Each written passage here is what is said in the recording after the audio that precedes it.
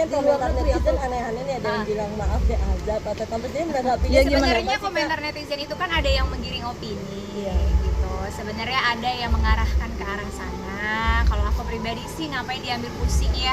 Orang-orang yang berpikiran seperti itu berarti wawasannya kurang luas, pengetahuannya kurang luas, dan pastinya kurang punya empati, kurang punya rasa kemanusiaan yang tinggi gitu. Jadi buat aku nggak perlu aku kecil hati, karena yang paling penting adalah orang-orang yang terdekat aku, sahabat-sahabat aku, Masya Allah tabarakallah, perhatiannya udah sangat luar biasa, menghubungi aku baik itu secara langsung atau enggak, ketemu dan lain sebagainya, malah kayak dapet perhatian luar biasa di kehidupan nyata gitu. Ngapain aku fokusin kehidupan dunia maya yang aku nggak kenal, aku juga nggak tahu itu buzzer atau bukan, aku nggak tahu juga itu oknum-oknum yang netizen yang seperti apa gitu. Karena buat aku, kalau orang yang berpendidikan pasti akan menanggapi sesuatu itu dengan hal yang berilmu, pakai ilmu dan pakai hati nurani gitu. Tapi kalau yang berkomentarnya udah nggak pakai ilmu, nggak pakai hati nurani, ngapain aku bawa ke hati juga.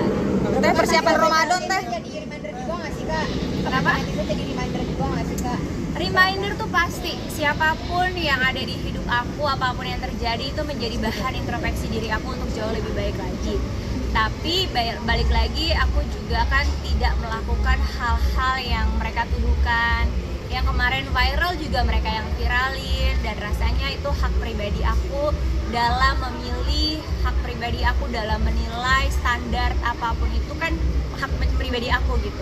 Kalau tidak sesuai dengan mereka, itulah yang harus kita edukasi, bahwa kita mengajarkan ke netizen untuk belajar bertoleransi adanya perbedaan pendapat, perbedaan pilihan, perbedaan apapun jenis perbedaan, kita harus menghargai perbedaan. Itu yang buat aku harus kita hormati.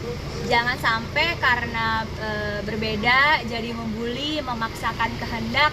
Nanti yang ada bangsa kita nggak maju-maju, nanti bangsa kita edukasinya nggak bertambah-tambah gitu. Makanya yang harus kita edukasi di sini adalah bagaimana kita menghargai perbedaan, dan juga apa yang aku minta, balik lagi gitu, aku nggak merasa melakukan hal yang menzalimi orang lain.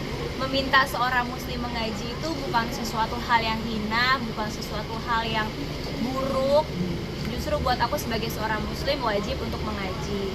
Makanya sedih kalau seandainya ada orang yang tidak paham arti mengaji, memperolok ngaji dan malah buat aku, alhamdulillah kalau dibilang duta ngaji ya alhamdulillah, suatu hal kegiatan baik dalam agama yang aku anut. Itu aja sih. Jadi buat aku nggak mau diambil pusing, nggak mau diambil baper, karena itu tadi, kalau orang berilmu pasti, orang yang berpendidikan pasti akan bisa menghargai, menghormati pendapat orang lain yang berbeda, dan pasti berempati ketika orang lain diuji dengan penyakit. Kak, termasuk dikomentari oleh dokter Kak. Kenapa? Termasuk dikomentari oleh salah satu dokter yang dulu itu. Iya, lucu sih, aku ngeliatnya sedih, miris. Karena kan dia backgroundnya seorang dokter, harusnya seorang dokter itu kan disumpah untuk memiliki rasa kemanusiaan yang tinggi, rasa empati yang tinggi, bukan malah ada orang sakit diperolok. Lalu lucunya lagi mempermasalahkan kenapa aku berobat ke Singapura, apakah dokternya bisa ngaji. Itu kan terlalu nyinyir ya buat aku, karena hak pribadi seseorang dalam memilih proses penyembuhan penyakitnya. Dan yang kedua, kriteria dalam memilih dokter itu kan yang paling penting, dokter yang tepat. Ketika aku punya masalah dengan kulit, ya dokter dermatologi gitu.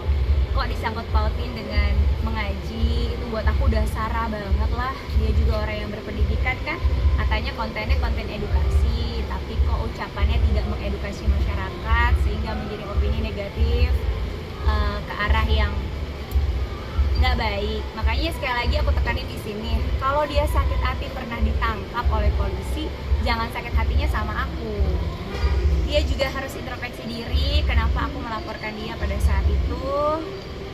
Dan yang kedua, dia 2 kali ditangkap paksa oleh polisi, itu atas laporan kepolisian sendiri atau LPA, bukan atas laporan aku gitu. Dan juga jangan merasa seperti terzolimi gitu, padahal dia juga pernah mau memenjarakan aku dengan melaporkan aku 2 kali di Palembang, tapi laporannya nggak jalan karena memang tidak ada cukup bukti gitu, dan harus tarik ulur lagi lurus bahwa aku melaporkan itu dulu karena dia tidak berhenti membawa nama aku dan mencemarkan nama baik aku di media sosial. Itu jangan pernah lupa track recordnya gitu, jangan seakan-akan sekarang merasa terzolimi, bahkan menzolimi aku dengan bulian-bulian di saat aku sakit gitu. Sayang sumpah kedokterannya, sayang banget yang katanya mau edukasi, tapi kok terkesannya malah kurang mendidik masyarakat.